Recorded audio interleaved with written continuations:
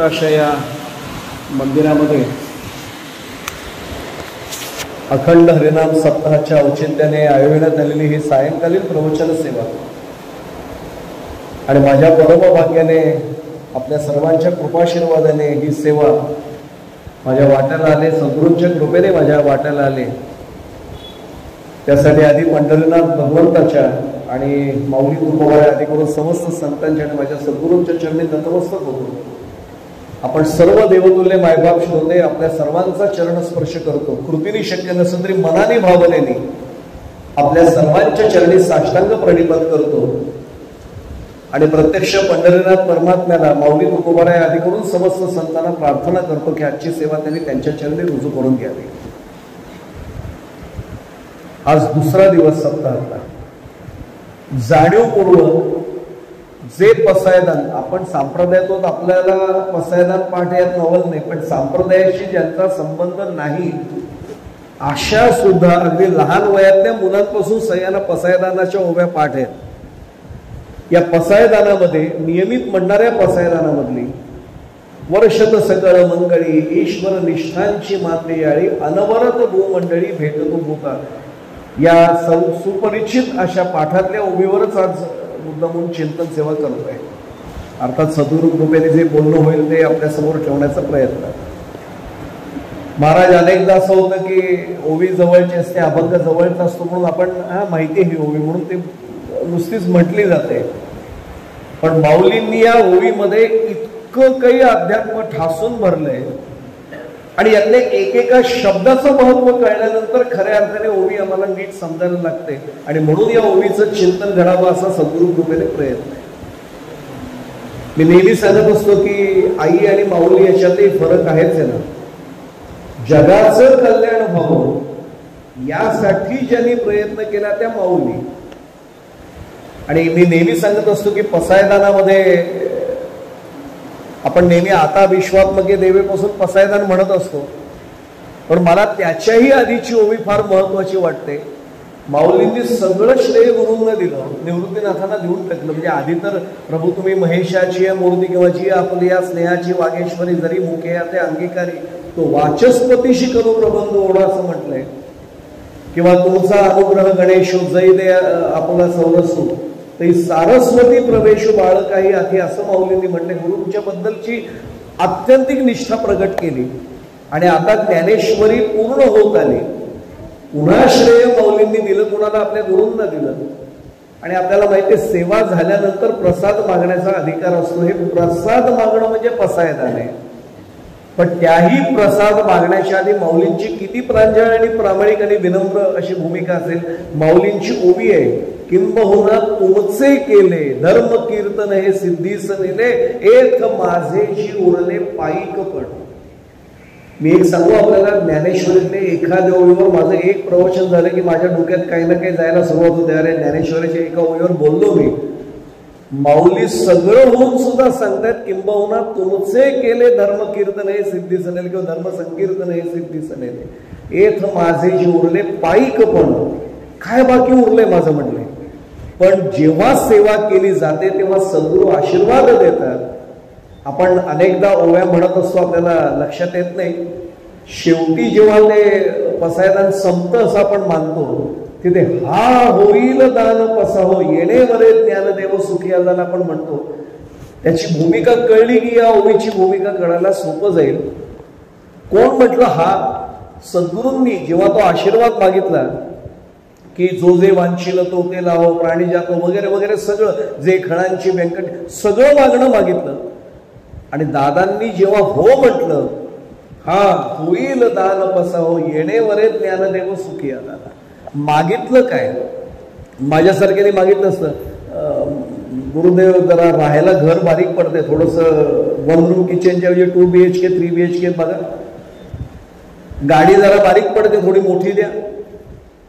मी नेहमी सांगत असतो घेईन मी जन्म याजसाठी देवा तुझी चरण सेवा साधावा म्हणणारे तुकोबा कुठे आणि माझ्यासारखा जडजीव घेईन मी जन्म याजसाठी देवा नवीन बंगला बांधावा म्हणणारा सामान्य जडजीव कुठे? फरक लक्षात येईल। माऊलींनी जे मागणं मागितले ते जगासाठी मागितले। विश्वात्मक देव अशी संकल्पना करून माऊलींनी भूमिका ठेवली आणि काय संकल्पना मांडले, वर्षत सकळ मंगळी ईश्वर निष्ठांची मांदियाळी आणि अनवरत भूमंडळी भेटतो बोलता. अनवरत याचा अर्थ अविरतपणे, त्याच्यात खंड नको पडायला. कोण भेटायला पाहिजे, ईश्वर निष्ठांची मांदियाळी. एक सांगू आपल्याला, ईश्वर भक्त आणि ईश्वर निष्ठ याच्यातही फरक आहे. म्हणून मी मगाशी म्हटलं, ओवी किती वेळा, हजारो वेळा आपण म्हटली असेल, पण अनेकदा आपण खोलात शिरत नाही. ईश्वर भक्त थोडा फरक आहे, ईश्वर निष्ठ वेगळं आहे.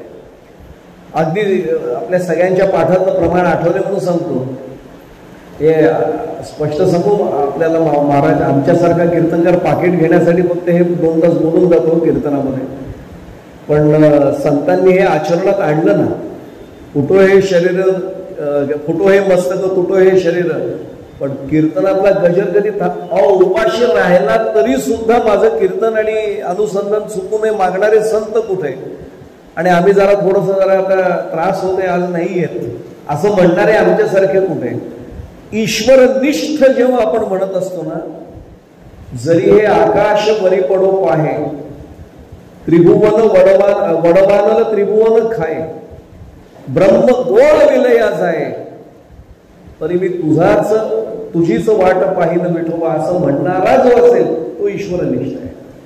मी सांगू आपल्याला, भक्त आपणही होतो, पण ईश्वरनिष्ठ होण्याकडे आपल्याला जायचंय. आज प्रवचन सेवेचा मुख्य धागा आपण पकडून चालूया, हे सूत्र पकडून पुढे जाऊया. ईश्वर भक्त आपण आहोतच म्हणून तर आपल्या गळ्यामध्ये माळ आहे, म्हणून तर आपण हरिपाठ म्हणतोय, म्हणून तर आपण सप्ताहामध्ये येतोय, म्हणून आपली पावलं वारीकडे जात आहेत, म्हणून आपली पावलं देऊ आळंदी पंढरपूरकडे जात आहेत. ईश्वर भक्त आपण आहोत. व्हायचंय कोण आपल्याला, ईश्वरनिष्ठ व्हायचंय. ईश्वरनिष्ठ याचा अर्थ ईश्वराशिवाय मी बाकी काहीच जाणत नाही. मला खरं सांगू आपल्याला, महाराज तुकोबांना शरण गेलं की जीवनातल्या सगळ्या प्रश्नांची उत्तर मिळतात. सगळ्या प्रश्नांची. तेची संत ज्यांचा हेत विठ्ठली, नेणती काही टाणाटोणा, नामस्मरणा वाचून या. हे कळलं ना की ईश्वरनिष्ठ कोणाला म्हणायचं कळायला सोपं झालं. आमच्यासारखा जो असतो ना, तो काही ना काही सांगत असतो लोकांना, त्याला संत नाही म्हणत. आणि तुकाराम महाराज तर फारच परखड बोलले होते, संतांचे ते आप्त नवती ते संत. किंवा कवित्व कोणी केलं म्हणजे तो संत होईल का, नाही होणार. संत हा आचरणातूनच व्हावा लागतो. यावर भर देत देत आपल्याला ईश्वरनिष्ठ ही संकल्पना पाहिजे. आणि ही विश्वकल्याणाची प्रार्थना आहे की अनवरत भूमंडळी अशी ईश्वरनिष्ठांची मांदियाळी की भेटली पाहिजे सगळ्यांना. आणि एक सांगू, ईश्वरनिष्ठ जर भेटत गेले ना, विषयच संपतो. जेव्हा ईश्वरनिष्ठांची मांदियाळी भेटते त्यावेळी जगात कुठल्याच समस्या शिल्लकच राहत नाहीत, आणि निर्माण झाल्या तरी त्याचं समाधान किंवा त्याची उकल झाल्याशिवाय राहत नाही. मी मुद्दामून काही भाग एक सांगत जातो. तुकाराम महाराजांचं जीवन तर माझं भाग्य. बाळकृष्ण महाराज ज्याला आपण काय म्हणू, झी 24 तासवर 2.5 वर्ष मला फक्त तुकोबांची गाथा मांडता आली होती.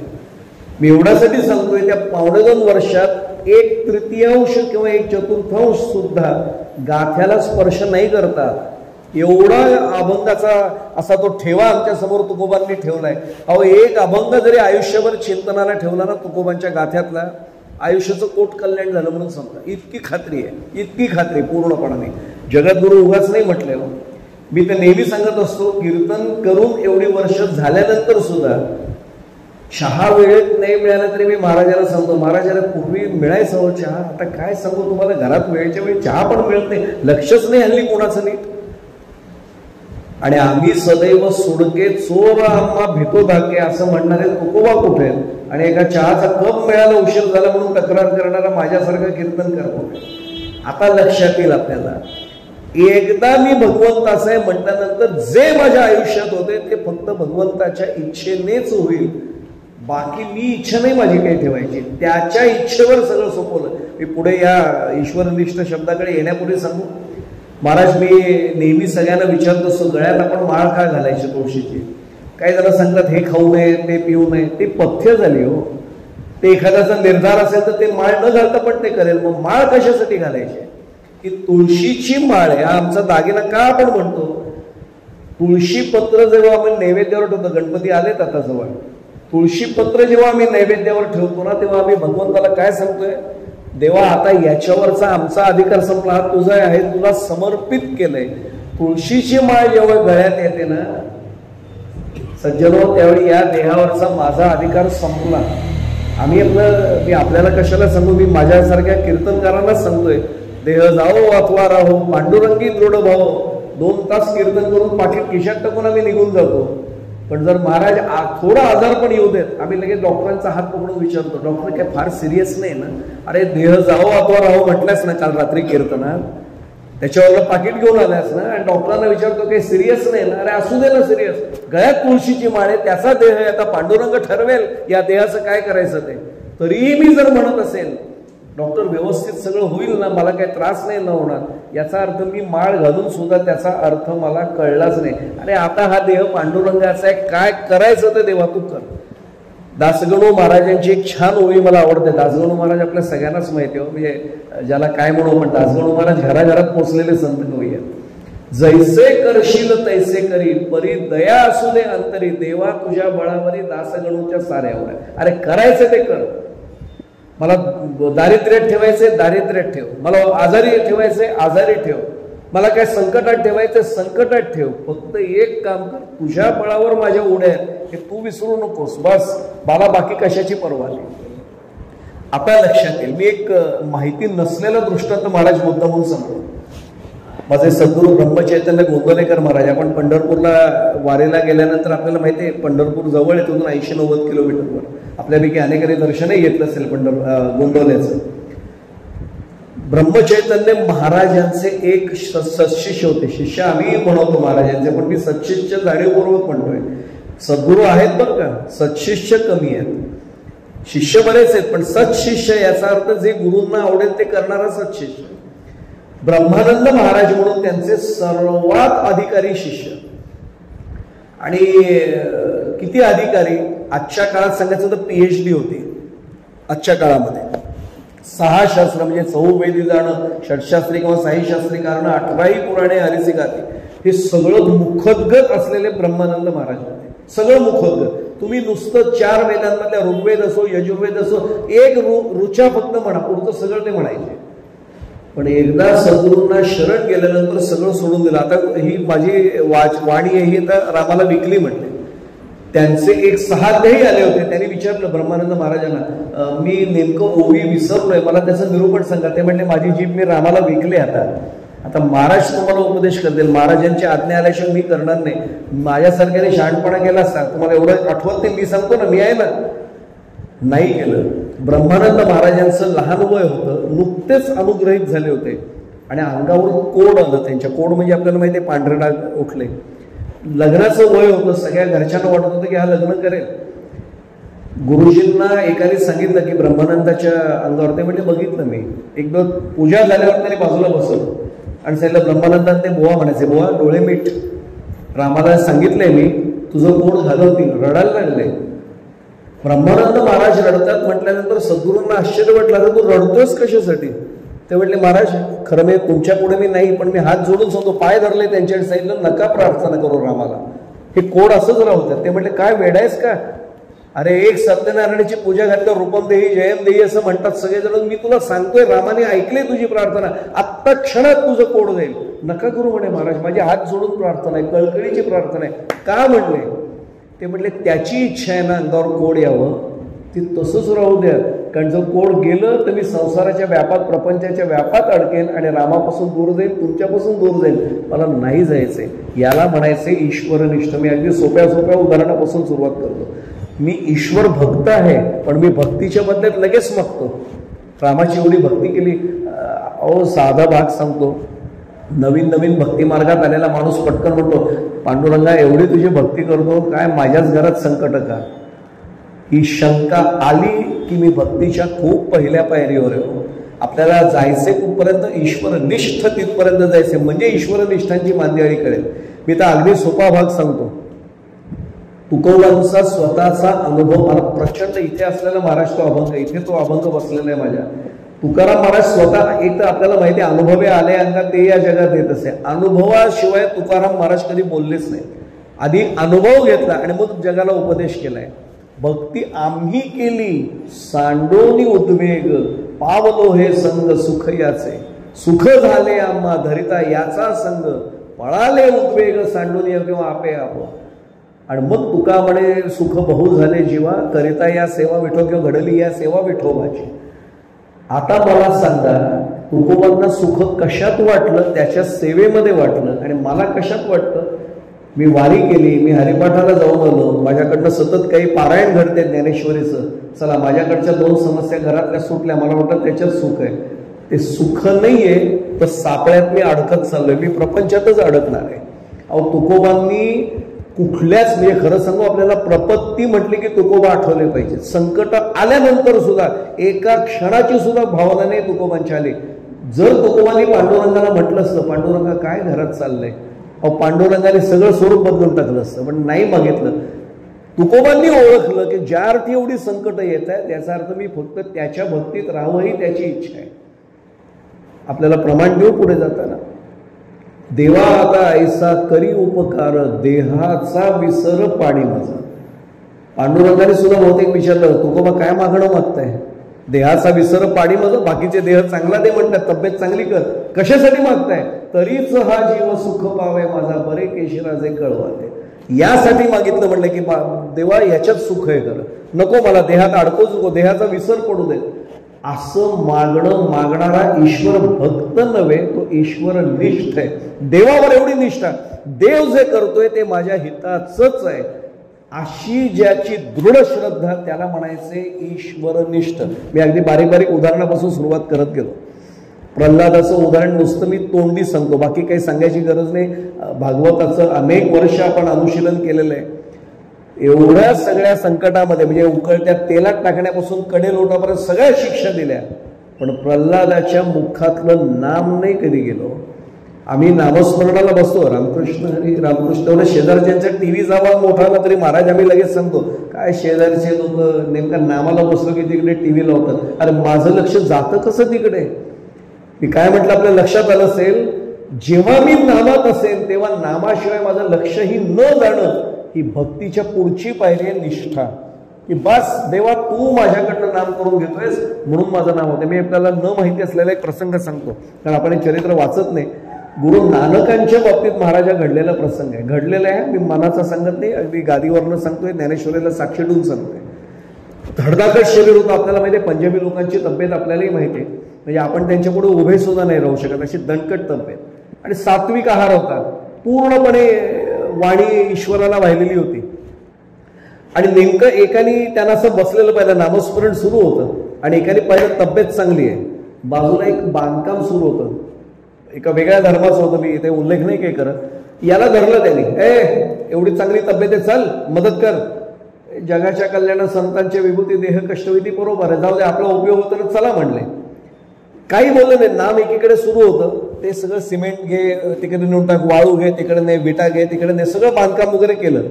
संध्याकाळी सगळे जे बांधकामाचे कामगार होते सगळ्यांना उभं केलं एका रांगेत. तो ठेकेदार आला, सगळ्यांना सांगितलं उभं राहा, हात कोणा पुढे, मजुरी लगेच मिळेल. यांचं लक्षही नव्हतं, हे नामस्मरणात होते. ठेकेदाराने यांचा हात असा केला, चरित्रात वर्णन असं, हात धरला आणि पुढे केला, आणि हातावर काहीतरी त्यावेळी काय असेल, मोहर असेल, मुद्रा असेल, काहीतरी ठेवली हातावर. यांचं लक्षही नव्हतं. त्यांनी बघितलं पण नाही किती दिलेत म्हणून. शेजारी असा हात केला, कोण आहे ते पण बघितलं नाही, शेजारच्या हातावर देऊन मोकळे झाले. ठेकेदार बघता, अरे तुझी मजुरी आहे, काही बोललं नाही, नाम सुरूच होतं. आता त्यांना वाटलं काम झालं म्हणून त्यांनी थांबा सगळ्या अजून इथेच म्हणले. ते थांबले. थोडा वेळानंतर पुन्हा आला, पुन्हा याचा हात धरला, हातावर एक वस्तू ठेवली. यांच्या लक्षात आलं हे धातू नाही आहे, ही काहीतरी वेगळी आहे, काहीतरी वस्तू वेगळी आहे. त्यांनी विचारलं पहिल्यांदाच, हे काय आहे? ते म्हटले अफीम, म्हणजे अफू आपल्या भाषेत. ते म्हटले कशासाठी दिले? ते म्हटले एवढे दिवसभर कष्ट केलेत ना, दमलेला असता तुम्ही, सगळेजण यासाठी वाट पाहतात, ही अफू घे, अरे बघ काय नशा येईल म्हणले. हसले ते. आता त्यांनी शेजारी नाही दिलं बरं काय, संतांचं हे वैशिष्ट्य आहे. नाणं होतं तेव्हा शेजारी देऊन टाकलं, त्यांना माहिती ही वाईट सवय दुसऱ्याला नाही द्यायची. त्या ठेकेदाराला परत दिली, तुझं तुझ्याकडेच ठेव. ते म्हटले ही नशा किती दिवस राहते? ते म्हटले किती दिवस नाही, आत्ता घेऊन झोप, सकाळी उठेपर्यंत राहील. ते म्हटले अरे धुत तुझ्या नशेवर, मी नामाची नशा जी करतो ना, म्हटले नाम घेतोय ना, ती धुंदी आणि ती नशा अशी आहे, मी आत्ता तर आहेच आहे, मेल्यानंतर सुद्धा माझ्या वरच्या प्रवासात ती नामाची धुंदी माझ्या बरोबर येईल. कसली तुझी नशा करतोयस? नामाची नशा करून बघ. आणि त्याला शिकवलं नाम कसं घ्यायचंय. याला म्हणायचं ईश्वरनिष्ठ. नुसती भक्ती नाही हो. माझ्यासारखं म्हणायचं जाऊ दे एक दिवस मिळालं तर काय बघा तर खरं दमलोय आता करून बघा. नाही केलं. निष्ठा म्हणजे निष्ठा आहे. ठीक आहे माझ्या असेल तर त्याच्या बाबतीत करेल. भानुदास महाराजांचं चरित्र अख्खं आपल्याला पाठ आहे. आपल्याला सर्वांना माहिती आहे पंढरपूरचा आज जो पांडुरंग आपल्याला दिसतोय ना तो ते आपल्यावर उपकार भानुदास महाराजांचे सगळ्यांना तो कथानक माहिती आहे. विजयनगरचा साम्राज्याचा राजा आला होता आणि ते कथानक खूप मोठं मी सांगत नाही फक्त आपल्या सगळ्यांना कथा माहिती म्हणून मी दृष्टांत म्हणून समोर नुसतं ठेवतो. आणि त्याने हट्ट धरला पांडुरंगाला माझ्या राज्याचं. पांडुरंगाच्या अक्षरशः 7 दिवस चरित्रात वर्णन असते 7 दिवस अनुष्ठानाला बसला होता पंढरपूरला. आता पांडुरंग बिचारा दयागण आहे हो. जो तपस्या करतो त्याला फळ द्यायचं. निघाले फक्त एक अट ठेवली 2 अटी ठेवल्या. मला मध्ये कुठे ठेवलं तर मी तिथेच वास्तव्य करेन. एक आणि माझा भक्त जर पंढरपूरचा कोणी माझ्या दर्शनाला तिथे आला तुझ्या राज्यात आणि त्याचा अपमान झाला त्या क्षणाला तुझं राज्य सोडून मी पुन्हा जागेवर येईल. होऊच देणार नाही म्हणले आणि गेले तिकडे हो. आणि बरेच महिने झाले येईच ना. सगळ्यांना अस्वस्थता झाली. म्हणजे जे संत होते तेही अस्वस्थ झाले. चरित्र काढून पहा. भानुदास महाराजांचं चरित्र फार सांगितलं जात नाही पण सगळ्यांनी आग्रह केला भानुदास महाराजांना आपण आमच्या संतांमध्ये सर्वात ज्येष्ठ जाऊन या. भानुदास महाराज म्हणजे संत एकनाथ महाराजांचे पणजोबा. इतकं जुनं चरित्र आहे. आता एकनाथ महाराजच आपल्या आता 650 वर्ष झाली जवळजवळ. पण त्यावेळी जाऊन या तुम्ही आल्याशिवाय काही होणार नाही म्हणले. निघाले आणि भानुदास महाराजांना आपल्याला सर्व म्हणजे पांडुरंग काही कमी नटखट नाही हो. आम्ही काल्याच्या कीर्तनामध्ये कन्हैयाच्या कृष्ण कन्हैयाच्या लीला ऐकतो.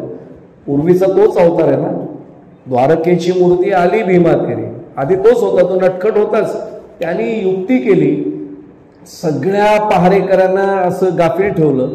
धुंदी आल्यासारखं केलं आणि गळ्यातला कंठा दिला ना भानुदास महाराजांच्या गळ्यात. आणि आपल्या सर्वांना तो प्रसंग माहिती आहे. भानुदास महाराजांना तर कंठा वगैरेकडे लक्ष नव्हतं. पांडुरंगाचं दर्शन झालं आनंद होता. पहाट होत आली होती. त्याने सांगितलं आता जाऊन थांब बोलवेन तेव्हा ये. ते बाहेर गेले आणि नदीवर आंघोळीला बसले. राजा जेव्हा आला लक्षात आलं एवढा मौल्यवान कंठ कुठे गायब झाला. पहारेकरांना भरपूर काही ओरडायला सुरुवात केली. गेला कुठे कंठा माहित नाही म्हटलं. माहित नाही तर झोपा काढत होतात का. आता खरंच झोपले होते कारण पांडुरंगाचीच माया होती. तपास करा म्हणले. गेला कुठे कंठा. स्नान करून अर्घ्य देण्याचं काम तोपर्यंत सुरू होतं आणि कंठा बाजूला ठेवलेला होता. हात सोड म्हटले. मुद्दे मला सकट सापडला. यांनी काही बोललं नाही. याला सांगितलं सुळावर चढवा. सूळ उभारण्यात आला. राजाने विचारलं शेवटची इच्छा आहे का. त्याने सांगितलं एकच इच्छा आहे पांडुरंगाचं शेवटचं दर्शन मला घडू द्या. बाकी मला काही होत आहे. देह जावं अथवा राहावं. मगाशीच म्हटलं. असं नाही म्हटलं अहो मी संत आहे मी पंढरपूरचा आहे मला सोडा माळ आहे माझ्या गळ्यात. एकदा फक्त माझ्या पांडुरंगाचं दर्शन घडू दे बस. मग मी मरणाला आनंदाने स्वीकारेन. आणि पांडुरंगाला एवढंच विचारलं देवा ह्यासाठीच मला सकाळी काही बोलवून घेतलं का आतमध्ये. ते मागितलं होतं का कंठा. अरे तुझ्या चरणाशी तरी मरण दे. त्या सोळावर कशाला मरण देतोय. आत्ता इथे घेऊन चल मला. पांडुरंग हसले आणि सांगितलं तुला कळेल मी का केलं ते. आणि पांडुरंगांनी तिथे त्याला जाऊ दिलं. भानुदास महाराजांना सोळावर चढवलं आणि आपल्याला माहिती आहे त्या सोळाचाही वृक्ष तसं जनाबाईंच्या बाबतीत आपण सांगतो तसा तिथे प्रसंग घडला. भानुदास महाराजांचं चरित्र काढून पहा. आणि मग पांडुरंगाने सांगितलं विजयनगरच्या राजाला राजा मी तुला आधीच सांगितलं होतं माझ्या भक्ताचा जर अपमान झाला तर मी राहणार नाही. आणि मग निघाले. मला सांगा भानुदास महाराजांच्या जागी मी असतो अगदी भक्त म्हणून घेणारा तर तिथेच गळफटलो असतो. निष्ठा होती. काय व्हायचं ते होऊ दे. देह तुझ्यासाठी चाललो मी आता फक्त मला तेव्हा तुझं दर्शन दे. ही प्राथमिक टप्प्यातली मी उदाहरणं देत देत पुढे जातो. जनाबाईंचा प्रसंग आपल्याला अनेकांना माहिती आहे म्हणून मी त्याच्यात जास्त शिरत नाही. जनाबाईंच्याकडे पण असाच आपल्याला माहिती आहे की आळ घेतला गेला आणि मग तो सोळ आजही पाहायला मिळतो. पंढरपूरला तो वृक्ष बघायला मिळतो ना जनाबाईंचा. मी एका वेगळा न माहिती असलेला प्रसंग सांगतो म्हणजे ईश्वरनिष्ठ कुणाला म्हणायचं त्याची कल्पना संकल्पना स्पष्ट होईल. हाही घडलेला प्रसंग आहे. एकही प्रसंग मनाने तयार करून सांगत नाही. संत चरित्रातले प्रसंग सांगतोय. एकनिष्ठ असल्यानंतर ईश्वरनिष्ठता येते. एक कोष्टी होते. कोष्टी म्हणजे आपल्या कबीर महाराजांच्या परंपरा आहे. विणकर आणि श्रीराम जयराम जय जयराम श्रीराम जयराम जय जयराम असं सतत म्हणत हे करायचंय. ज्याला काय म्हणून आपलं काम करायचंय. मी खरं सांगू आपल्याला सज्जनो आपण हात जोडून मी नेहमी सांगतो अनेक जण तुम्हाला आणि मला भेटतात महाराज हे रामकृष्ण हरी वगैरे सगळं ठीक आहे, श्रीराम जयराम जय जयराम दिगंबरा दिगंबरा सगळे जप चांगले येतो, आम्हाला वेळ नाही आहे, कामच भरपूर, करू केव्हा, पटते सगळं चांगलंय म्हणून, पण वेळच नाही ना आमच्याकडे. आता लक्षात येईल जेव्हा मी काम करता करता एरवीचं बोलू शकतो, नाम नाही आपल्याला मुखात येऊ शकत. या इथून सगळं लक्षात येत जातं आपल्याला. तो कोष्टी सकाळी उठायचा ब्रह्ममुहूर्तावर आणि विणकाम करताना श्रीराम जयराम जय जयराम श्रीराम जयराम जय जयराम. पण आजच्यासारखं काही विजेची व्यवस्था नव्हती. काय व्यवस्था होती विजेची व्यवस्था जर नव्हती तर? असं काही त्याला केरोसिन होतं की नाही मला माहित नाही. रॉकेलचा दिवा किंवा कसला दिवा असा लावून ठेवायचा आणि त्या उजेडामध्ये तो विणकाम करत बसायचा पहाटे उठून. आणि कबीरांची हीच सवय होती, आपल्याला माहिती आहे की त्यातलं गीतही कलाकारच बसले ते कबीराचे विणतो शेले कौशल्येचा राम. आणि यांनी विणकाम सुरू केलं. नेमकी त्याच वेळेला राजवाड्यात चोरी झाली होती. हाही प्रसंग उत्तर भारतामधल्या सगळ्या संतांच्या बाबतीत सांगितला जातो. आणि घडलं असं की ती चोरी झाली, 2 शिपाई मागे लागले त्या चोराच्या. तो चोर पळतोय, गाठोड असं त्यांनी असं ते दागिन्यांचं पुढे धरलं होतं आणि तो पळतोय. चेहरा बघितलेला नव्हता कारण अंधार होता, पण पळणारी आकृती कळत होती, आवाज पावलांचा कळत होता आणि यालाही कळत होतं 2 जण कोणतरी आपला पाठलाग करतायत. हा धमाल झाला याला. आणि त्याच्या लक्षात आलं की आता जर मी नाही पळू शकलो तर मी मुद्देमालासकट पकडला जाईल. मुद्देमालासकट मला जर अटक झाली, उघडे मी काही वर्ष तुरुंगात जाईल. आपल्याकडे हिंदीमध्ये म्हण आहे बघा, शिर सलामत तो पगडी पचस. तो म्हटलं आत्ता जर मी वाचलो तर काय होईल, आत्ता जर मी वाचलो तर पुन्हा चोरी करू शकेन, पुन्हा कुटुंबासाठी पैसे कमवेन, हा माल गेला तरी चालेल, मग आता टाकायचा कुठे. आणि नेमकं त्यावेळी झुंजू मुंजू व्हायला लागलं होतं. मी आता दिसेन माझा चेहरा. यांनी पटकन बाजूला पुढे धावता धावता ऐकलं श्रीराम जयराम जय जयराम श्रीराम जय. बस म्हणे कोणतरी एक जागा आहे. तो बघितलं त्यांनी, याचं लक्ष पण नव्हतं. याने गाठोड त्याच्या तिथे टाकलं. थोडा पुढे गेल्यानंतर निवांत चालायला लागला. हे धावत धावत येणारे 2 सैनिक त्यांनी ऐकलं श्रीराम जयराम जय जयराम. लक्ष गेलं, त्या उजेडामध्ये गाठोड दिसलं. अरे हा बघ डॅम्बिसे म्हणतो, गाठोड घेऊन पळालाय, आपल्याला कळू नये म्हणून श्रीराम जयराम जय जयराम म्हणतो. पकडायला एक शिपाई गाठोड उचलतो, एक शिपाई याचा दंड उचलतो. याच्या काही लक्षात नाहीये. हा तरी त्या धुंदीत आहे श्रीराम जयराम जय जयराम. तुरुंगात ठेवलं जातं. सकाळी राजासमोर हजर केलं जातं. राजासमोर दरबारात आल्याबरोबर राजा त्याला याला विचारतो शिपायाला, याला कशासाठी केलं, कारण चेहऱ्यावर सात्विकता असते. एक सांगू महाराज, नामधारक जो असतो ना त्याच्या चेहऱ्यावरनं कळतं, सांगावं नाही लागतो. म्हणजे उदाहरण सांगायचं तर मी नेहमी सांगतो, महाराज मी 6 महिने जिमला जातोय. आता हे म्हटल्याबरोबर तुम्ही मला हसाल, तुम्ही म्हणाल हा बुवा जिमला. अहो जिमला गेल्याचा परिणाम शरीरावर दिसायला लागतो. मी जर दिसतोय की नाही जाते आणि मी उगाच सांगितलं मी जिमला जातोय, हसाल तुम्ही. तसं मी नामधारक आहे, सांगावं नाही लागलं पाहिजे. चेहऱ्यावरनं आणि वागण्यातनं सात्विकता कळली पाहिजे. लक्षात आलं राजाची नजर होती, अरे हा चोर. खात्री म्हणलं तुम्हाला, हो महाराज मुद्देमाल सापडलाय. हा तंद्रीत होता श्रीराम जयराम जय जयराम श्री. त्याही अवस्थेत श्रीराम जयराम जय जयराम सुरू आहे. आणि राजाने त्याला विचारलं, काय रे चोरीच्या आरोपाखाली तुला पकडलंय, तरी असं लक्ष नाही. त्याला शिपाई झालं, अरे महाराज बोलतायत तुझ्याशी. असं दचकला. अरे तुला चोरीच्या आरोपाखाली पकडलंय. काय त्यांनी उत्तर दिलं असेल, रामाची इच्छा म्हणून. रामाची इच्छा असेल मी कदाचित पकडला जाऊ म्हणून. अरे मूर्खा मुद्देमाल पण सापडलाय, रामाची इच्छा म्हणला. श्रीराम जयराम जय जयराम. तुला 10 वर्ष तुरुंगात टांबील, रामाची इच्छा म्हणला. श्रीराम जयराम जय जयराम. महाराजांच्या लक्षात आला हा नाही चोर. एवढं सांगितल्यावर सुद्धा रामाची इच्छाच म्हणतोय. महाराजांनी सांगितलं मुद्देमाल सगळा सापडलाय म्हटले, मुद्देमाल जमा करा, याला सोडून द्या म्हटलं, याच्यापुढे नीट पकडा माणूस. इथपर्यंत मी ईश्वर भक्त असतो तरी एवढ्या याच्यात बाहेर गेला तर मला कोणी विचारलं असतं, सोडलं तुम्हाला. नामाची ताकद, नामधारक, ही भक्ती झाली फक्त. तो निष्ठ होता, एकनिष्ठ, ईश्वरनिष्ठ. काय उत्तर दिलं असेल त्यांनी? लोकांनी त्याला विचारलं, अरे तुला सोडलं? तो म्हटला सोडणं ही पण रामाचीच इच्छा. याला म्हणायचे ईश्वरनिष्ठ. अरे पकडलो गेलो होतो ती सुद्धा रामाचीच इच्छा होती, पण सुटलोय त्यात सुद्धा माझं काही नाहीये, त्याची इच्छा आहे.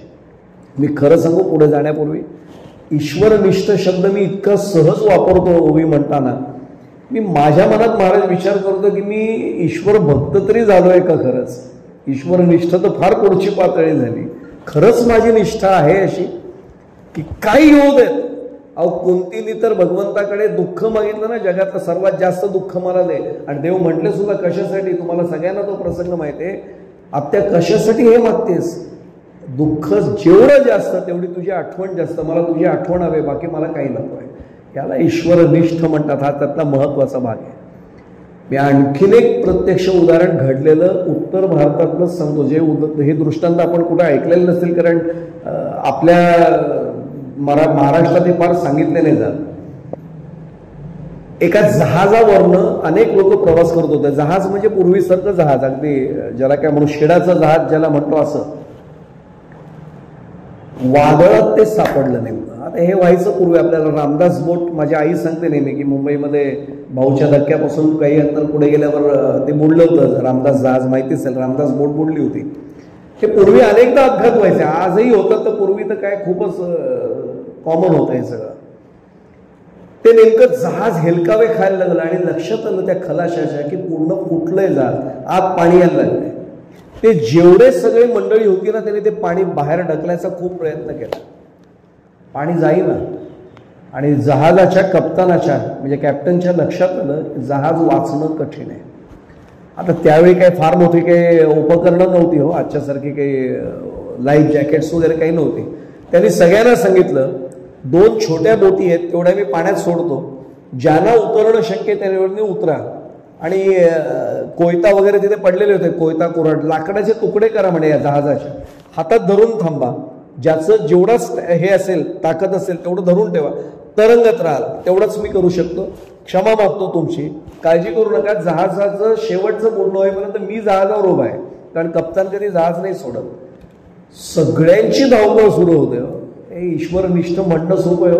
मी एकटा जहाजात महाराज चाललो असेल आणि जर मला सांगितलं जहाज बुडणार आहे, तरी माळ विसरतो, मी देह दादो अथवा राहो हे सगळं विसरतो आणि मी वाचेन कसं याच्यासाठी धावपळ करायला सुरुवात करतो. सगळे धावतायत, सगळे धावतायत. चरित्रात वर्णन असे, एक नामधारक होता, प्रचंड निष्ठ, ईश्वरनिष्ठा प्रचंड, खाली बसून राहिला.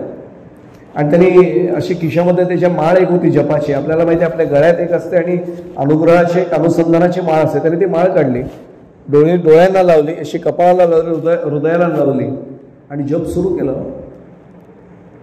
बायको धावते, मुलगा त्याचा आहे तो धावतोय. मुलाला जरी कोणतरी त्या बोटीत उतरवा ना, ते म्हणले मावशी गेली बोट पुढे, 2च छोट्या बोटी होत्या, गेल्या बघा, आता भरल्या त्या बोटी, लाकूड तोडा आणि घ्या म्हणले कुठलं तरी. ते म्हणले मला नाही तोडता येणार. कोणी असेल ना बरोबर तुमच्या. आणि लक्षात आलं, हो आपला नवरा पण आहे ना, ही आई होती, आईचं हृदय शेवटी मुलासाठी धावत होतं. आणि लक्षात आलं, रे हा कुठे गेला, आपला नवरा कुठे गेला. आणि सगळे धावतायत, हा एकटाच खाली मांडी घालून बसलाय आणि जप करतोय. तिने डोक्याला हात लावलाय, कर्म माझं काय, नवरा भेटलाय म्हणले, जीव वाचवण्यासाठी सगळे धावतात आणि जप करत बसलाय. ती त्याला हात मारते, याचं लक्षच नाही हो. शेवटी हलवते खांदे त्याचे, अहो लक्ष द्या, अहो लक्ष द्या. हा विचारतो काय झालं, एकदम भानावरून काय झालं, जहाज बुडते म्हणले. तो हसला, काय शांत उत्तर दिलं. चलो मी पुन्हा सांगतो, चरित्रातला प्रसंग आहे हा. उत्तर काय देतो, तुला आज कळलं हे जहाज बुडतंय म्हणून. अगं जन्माला आल्यावर कळायला पाहिजे, बुडणारच जहाज आहे म्हणले. आज नाही उद्या, उद्या नाही परवा, बुडणारच आहे म्हणले. ते आपण शोधण्यात आपल्याला कळलं असेल काय संतांनी त्या उत्तर दिलं असेल. अगं बुडणारच जहाज आहे, तुला आज कळलं का म्हणले.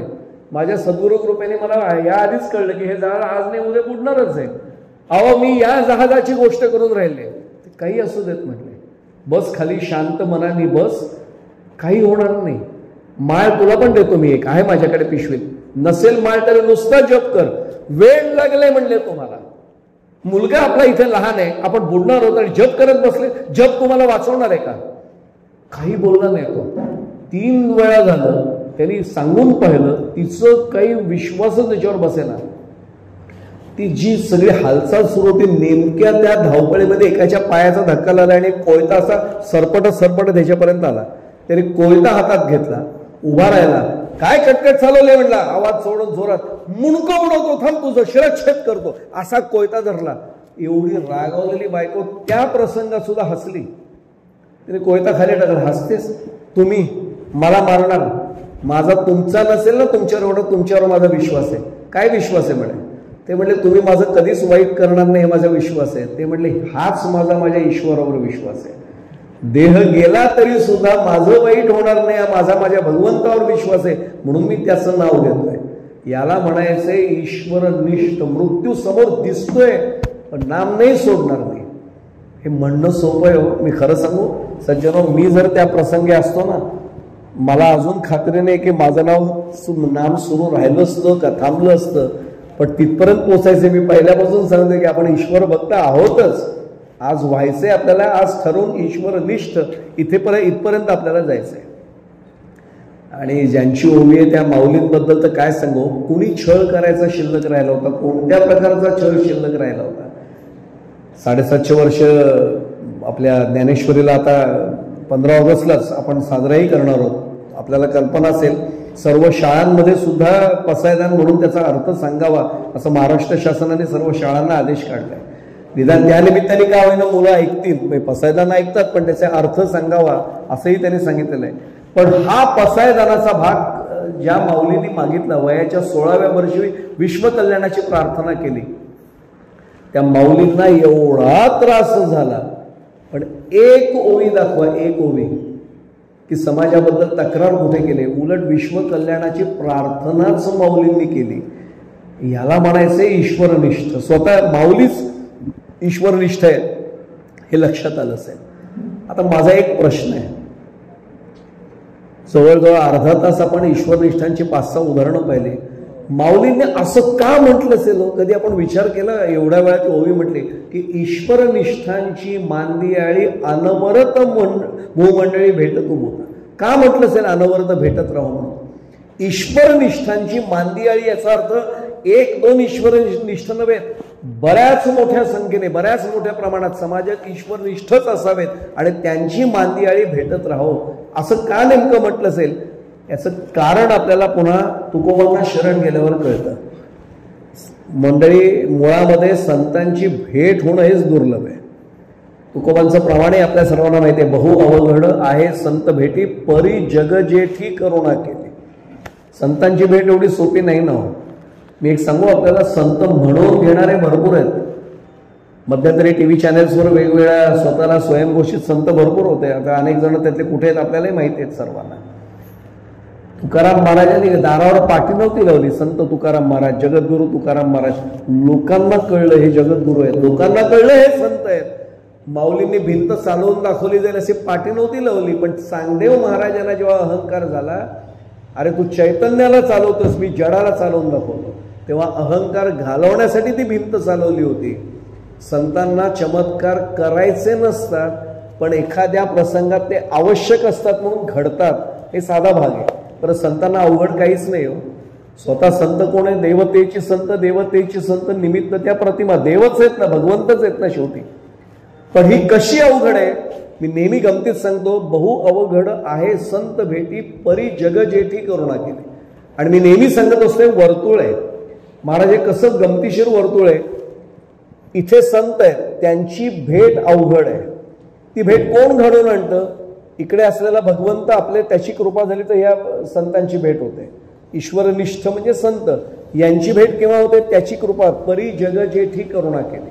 आणि दुसरी गंमत सांगतो, एकदा त्याची कृपा झाल्यावर संतांची भेट होते आणि संतांची भेट झाल्याशिवाय त्याला ओळखताच येत नाही. काय गंमत आहे बा. ईश्वराची कृपा झाल्याशिवाय संत भेट नाही आणि संत भेट झाल्याशिवाय ईश्वर ओळखताच येत नाही. मी तर गमतीत सांगत असतो, दृष्टांत आठवला म्हणून सांगतो बोलता बोलता. नदीच्या काठाला एक आश्रम होता आणि त्या आश्रमामध्ये प्रचंड मोठ्या प्रमाणात एक दिवशी पूर आला. आश्रम नव्याने उभारला होता त्यांनी. आपण कल्पना आहे आपल्याला, जसं वारकरी शिक्षण संस्थेत लहानपणापासून आपण पखवाज, हरिपाठ सगळं त्यांना शिकवतो. एक चांगले कीर्तनकार तयार व्हावेत म्हणून जोग महाराजांनी स्थापन केलेली ती संस्था आहे आणि निष्ठेने ते कार्य सुरू आहे.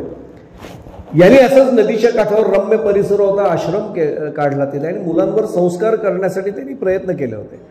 पहिलंच वर्ष होतं आणि अंदाज नाही आला आणि नेमका पूर आला. पाणी घुसायला लागलं. पण त्या तिथल्या लोकांना, स्थानिक लोकांना माहिती होतं की हे पाणी इथपर्यंत वाढलंय, हे आश्रमात जाणार. ते आले पटपट, महाराज 14-15 मुलं आहेत, बरोबर त्यांना बाहेर काढा, हे पाणी घुसतंय, आम्हाला अंदाज आहे, आम्ही नेहमी इथलेच गावकरी, तुम्ही नवीन आहात. ते म्हटले काळजी नका करू, माझा भगवंत येईल आणि मला वाचवेल. ते म्हणले तुम्हाला हात जोडून सांगतो, नका असं करू, नंतर काय असेल ती भक्ती करा, पण आत्ता बाहेर पडा. मुलांना घेऊन जा म्हटले. मुलं लगेच, छोटीच मुलं होती, लगेच आली बरोबर बाहेर. थोड्या वेळाने पाणी वाढत गेलं. हा ज्या खुर्चीवर वगैरे किंवा पलंगावर बसायचा तो पलंग पण पाण्याखाली गेला, उभा राहिला. पुन्हा एक असा मजबूत माणूस आला, तो म्हटला महाराज माझ्या खांद्यावर बसा, मी तुम्हाला घेऊन जातो. तू नको येऊस, माझा भगवंत येईल, मला वाचवेल. तोही त्याला परत पाठवलं. पाणी खूपच वाढलं. शेवटी वरचा जो वासा होता तो त्याने धरला. अगदी इथपर्यंत पाणी आहे आणि वरच्या वाशामध्ये असं उभा आहे. कुणीतरी तहसीलदारांना कळवलं होतं की एक महाराज अडकलेत तिथे.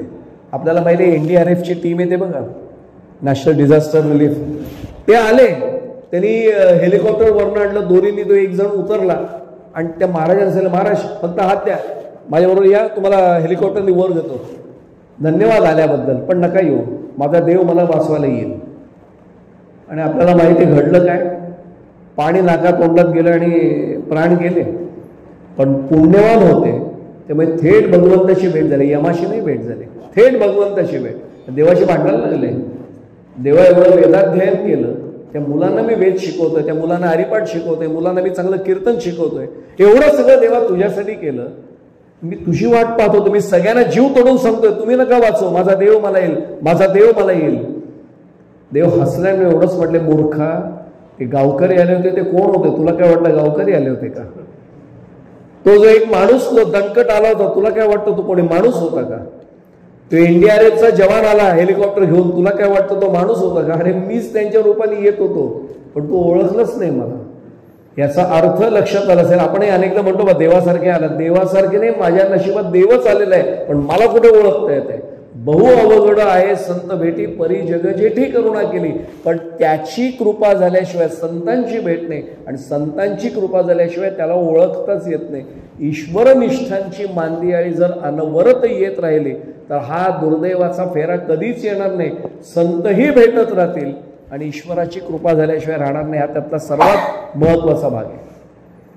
मी गुरुवारी वैकुंठवासी धुंडा महाराज देगलूरकरांची मला आठवण झाली म्हणून सांगतो. खूप छान प्रश्न त्यांनी विचार, कर्जतला आपल्या आले होते, आपल्याला कल्पना आहे कर्जतला आपण जे भाग्यवान होतात तेव्हा मी अगदी लहान होतो, पण आम्हाला ते दृष्टांत जे असतात ते गोष्ट म्हणून लक्षात राहतात. महाराजांनी एक प्रश्न विचारला होता. बाबा नेहमी माझे गेले 2015ला, पण बाबा नेहमी तो प्रसंग घरात चर्चा करून विचारायचे. लक्षात आहे श्रीराम तुला असा महाराजांनी प्रश्न विचारला होता. सगळ्यांना त्यांनी कीर्तनात प्रश्न विचारला, आणि धोंडा महाराजांना ज्यांनी पाहिलं त्यांना माहिती आहे तब्येत मजबूत, विद्वत्ता अफाट, काय म्हणजे वाणीमध्ये पांडुरंगच प्रत्यक्ष बोलतोय असं वाटायचं. आणि आपल्याकडे आलेले आहेत अनेकदा, तालुक्यात वैजनाथलाही येऊन गेलेले आहेत. धुंडा हा इथे येऊन गेले ना कडावला. धुंडा महाराजांनी एक प्रश्न विचारला, मंडळी रागवू नका, माझ्या समोर बसलेल्यांमध्ये सज्जन कोण कोण आहेत त्यांनी हात वर करा. आधी त्यांनी विचारलं दुर्जन कोण आहेत हात वर करा. सगळ्यांनी हात उलट असेच ठेवले, कोण वर करणार? बरोबर आहे म्हणले, मला खात्री आहे कोणी नाही तुमच्यापैकी दुर्जन. सज्जन कोण कोण आहेत त्यांनी, आता माझ्या सकट अनेकांना वाटलं हात करावं, पण मी लहान होतो, मी असं बघितलं शेजारचे काका करतायत, काही इकडे कोणीच हात वर करे ना, मग म्हटलं जाऊ दे आपण पण असंच ठेवूया. मग हसले. ते म्हणले तुम्ही दोन्ही वेळा हात नाही वर केला, त्याचं कारण बरोबर आहे म्हणे तुमचं. तोपर्यंत आपण एवढा महाराज विचार नाही करत, पण ते धुंडा महाराज होते, त्यांनी सांगितलं तुम्ही दुर्जनही नाही आहात आणि तुम्ही सज्जनही नाही आहात, मी पण नाही म्हणले. कोण दुर्जन आहे? कंस आहोत का आपण? की एखाद्या वसुदेवाची मुलं मारतोय आपण, थेट जन्माला आलाय आणि त्या बाळाला आपण अक्षरशः आपटून मारतोय, आहोत का असे दुर्जन आपण? नाही होत म्हटलंय. रावण होत का आपण दुसऱ्याची बायको पळवून आणायला? नाही होत, म्हणजे आपण दुर्जन नाही. आपण सज्जन होत का? भक्त प्रल्हादाला उकळत्या तेलात टाकलं पण नाम नाही सोडलं, आहोत का आपण एवढे सज्जन? सगळे म्हणले नाही. सगळी उदाहरणं दिली हो, ध्रुव बाळा सकट सगळी उदाहरणं दिली. भागवतातले एकूण एक उदाहरण त्यांनी दिलं. आहोत आपण एवढे सज्जन नाही. तो कोणासाठी येतो म्हण देव मग? आणि मग त्यांनी ते भगवद्गीतेचं सर्वांच्या पाठातलं वचन दिलं की परित्राणाय साधूनाम विनाशाय च दुष्कृताम धर्म संस्थापनार्थाय संभवामी युगे युगे. भगवंत केव्हा येतो? परित्राणाय साधूनाम म्हणजे सज्जनांच्या रक्षणासाठी, आणि विनाशाय च दुष्कृताम दुर्जनांच्या निर्दालनासाठी येतो.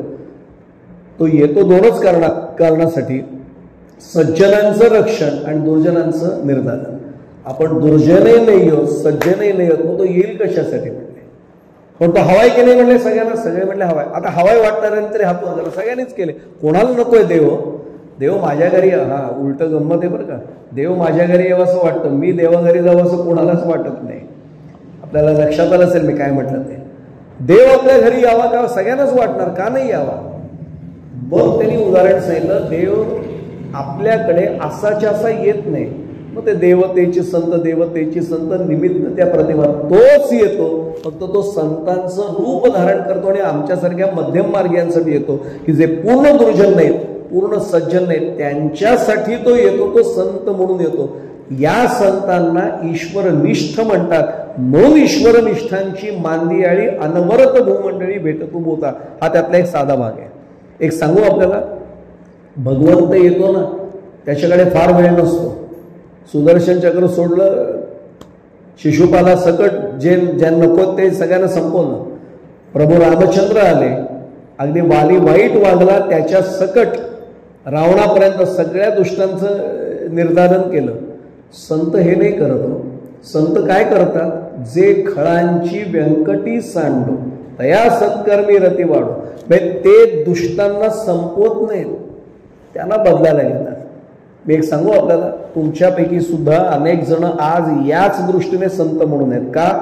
आपल्याला आपल्या ओळखीच्या प्रत्येकाला वाटतं ना आपल्याला की माळ घालावी, त्यांनी पण यावं आपल्या संप्रदायात, त्यांनी पण यावं हरिपाठाला.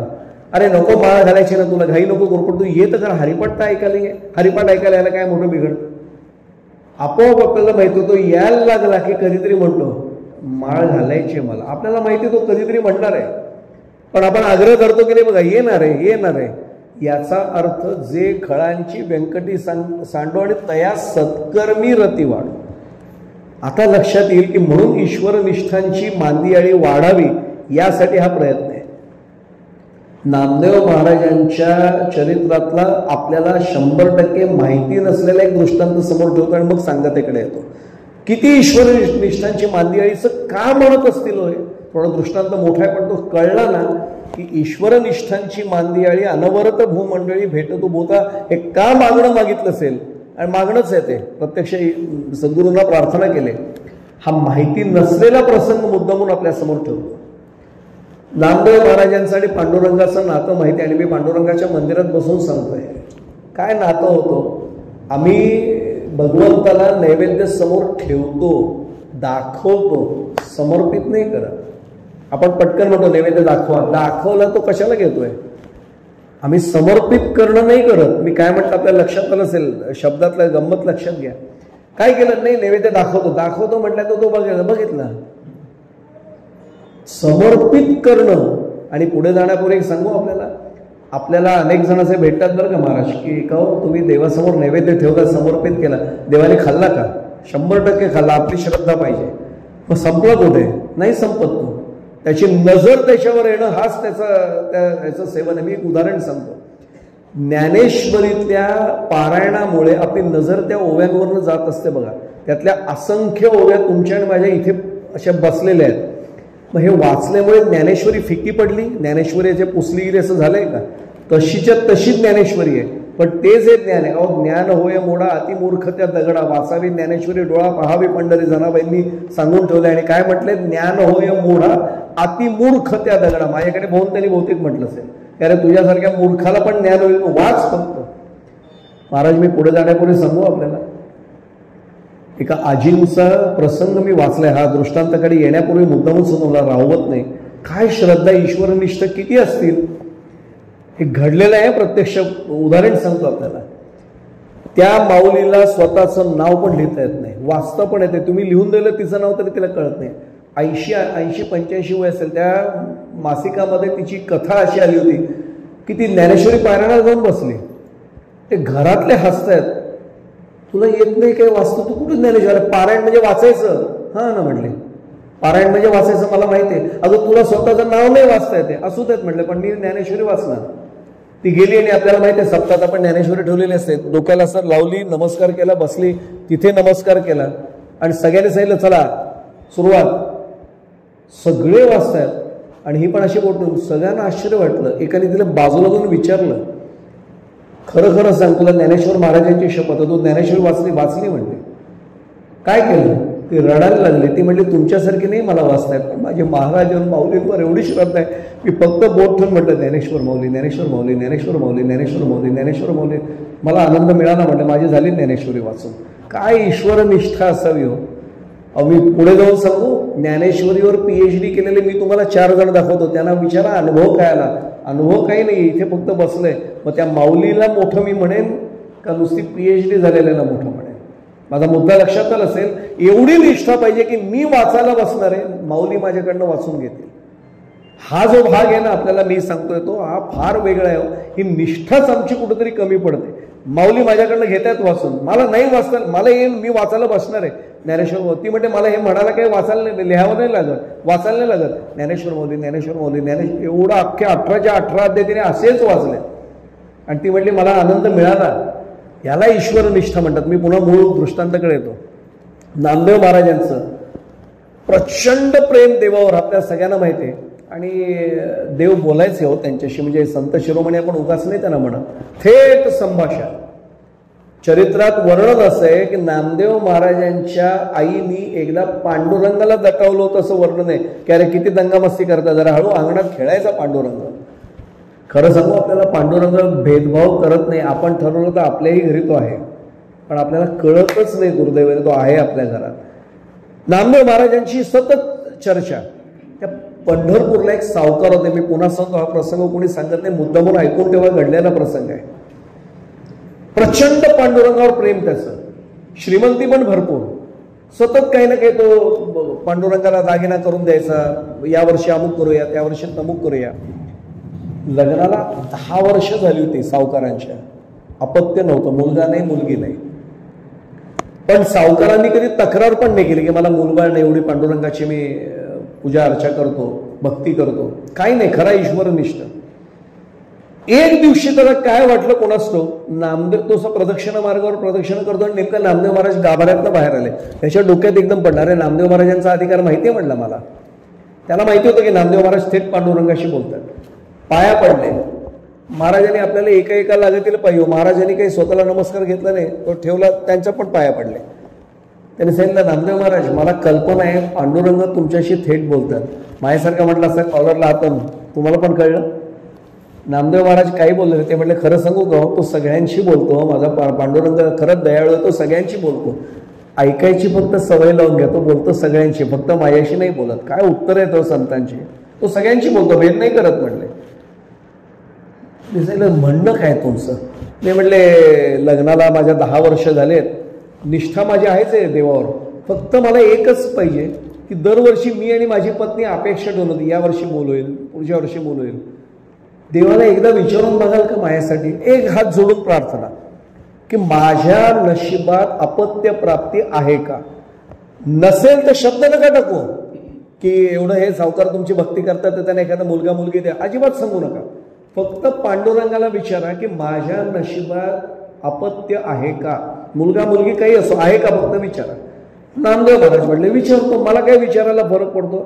आत गेले, पांडुरंगाला विचारलं. पांडुरंगा तू ऐकलंच आहे सगळं, तुला काही विचारायची गरज नाही, कारण पांडुरंग प्रत्येक इथे आपण बोलतोय ते पण पांडुरंगाला पोचतंय, तू सगळंच ऐकलंयस. पांडुरंग हसले म्हणले सावकारांना जाऊन सांग याच नव्हे पुढच्या 7 जन्मात अपत्य प्राप्तीचं त्यांना सुख नाही.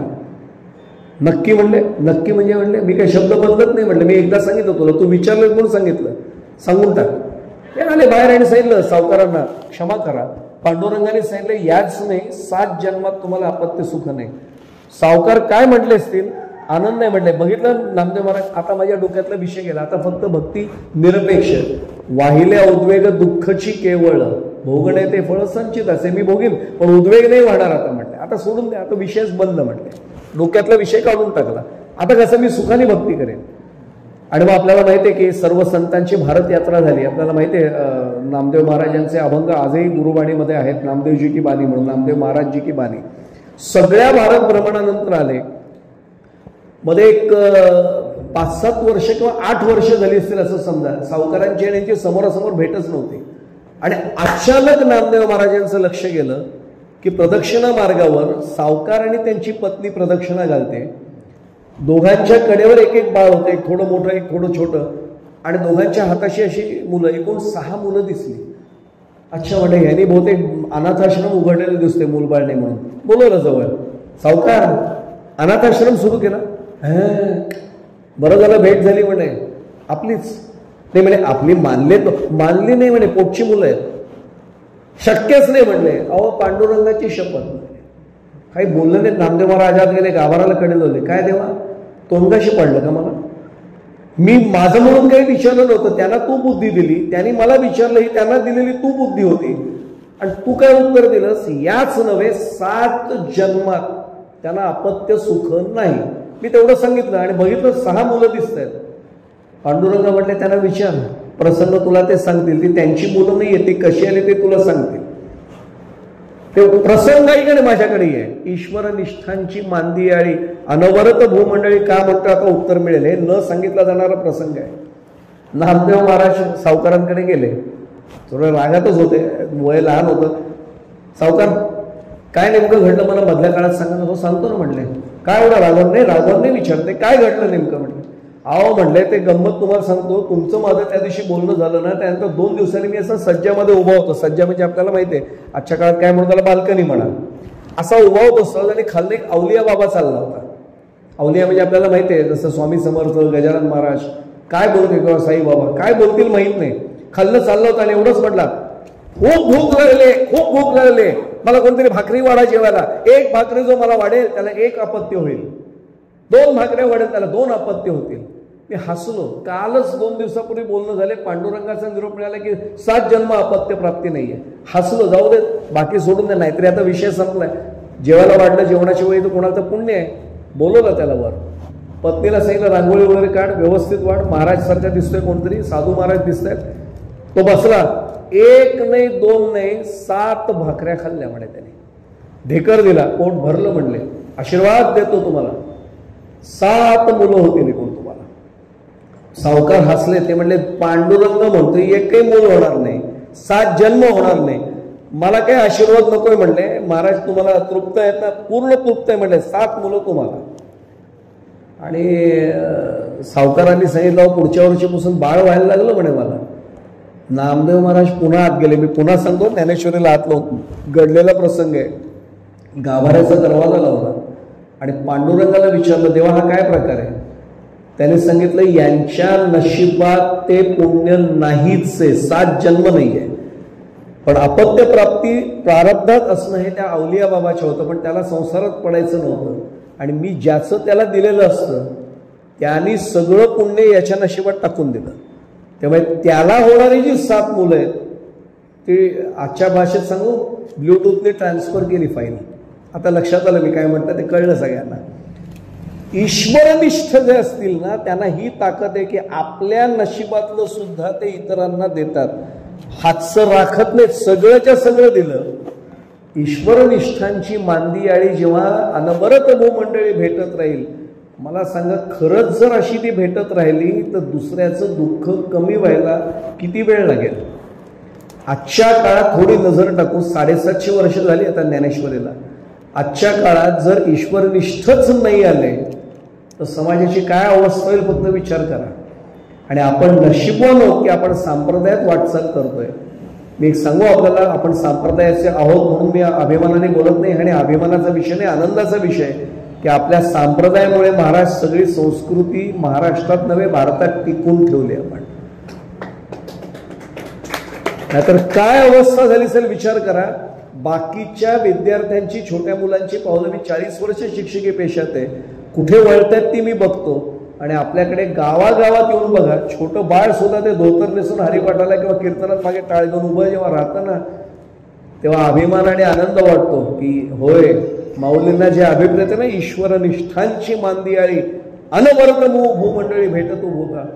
आता लक्षात येईल की ही अशीच चालू राहील, आणि ही अशी राहिली की मग समाजाला कुठली अडचण येणार नाही. याचं कारण थोडंसं सांगतो आणि मी थांबतो. आम्ही सुखाच्या अपेक्षेत समाजातले सगळेच होतो, पण आमचा पत्ताच महाराज चुकलाय.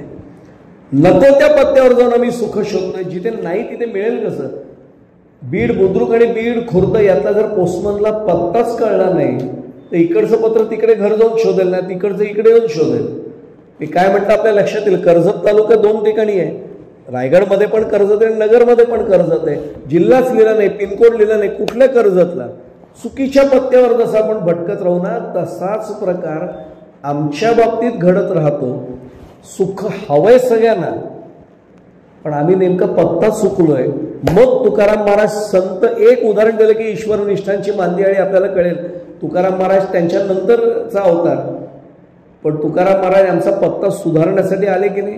सुख वाटे येची ठाई बहुपायी संतांचे, म्हणून केला वास नाही नास ये ठाई. तुकाराम महाराज म्हणाले सुख हवंय ना, संतांच्या पायाशी या. सर्व सुखे आजी येथेची वळले, संतांची देखील चरणांबुजे. आता लक्षात येईल की जर संतांच्या पायी आलो तर आपल्याला हे सुख सगळ्यांना मिळणार आहे. मग संत म्हणजे नेमके कोण, तर नुसते ईश्वर भक्त आमच्यासारखे झाले. संत ईश्वरनिष्ठ आहेत, ईश्वराशिवाय अन्य काहीच जाणत नाहीत. अशी ईश्वरनिष्ठांची मांदियाळी जर आली तर संतांची मालिकाच आमच्या समोर येते. आणि संत जर आपल्या समाजात असतील तर सर्व सुख त्यांच्याच पायाशी जर लोळत असेल तर आता लक्षात येईल की माऊलींनी आमच्या सुखाची तरतूद व्हावी यासाठी आपल्या सद्गुरूंकडे मागणं मागितलंय की ईश्वरनिष्ठांची मांदियाळी अनवरत भूमंडळी भेटतो भूता.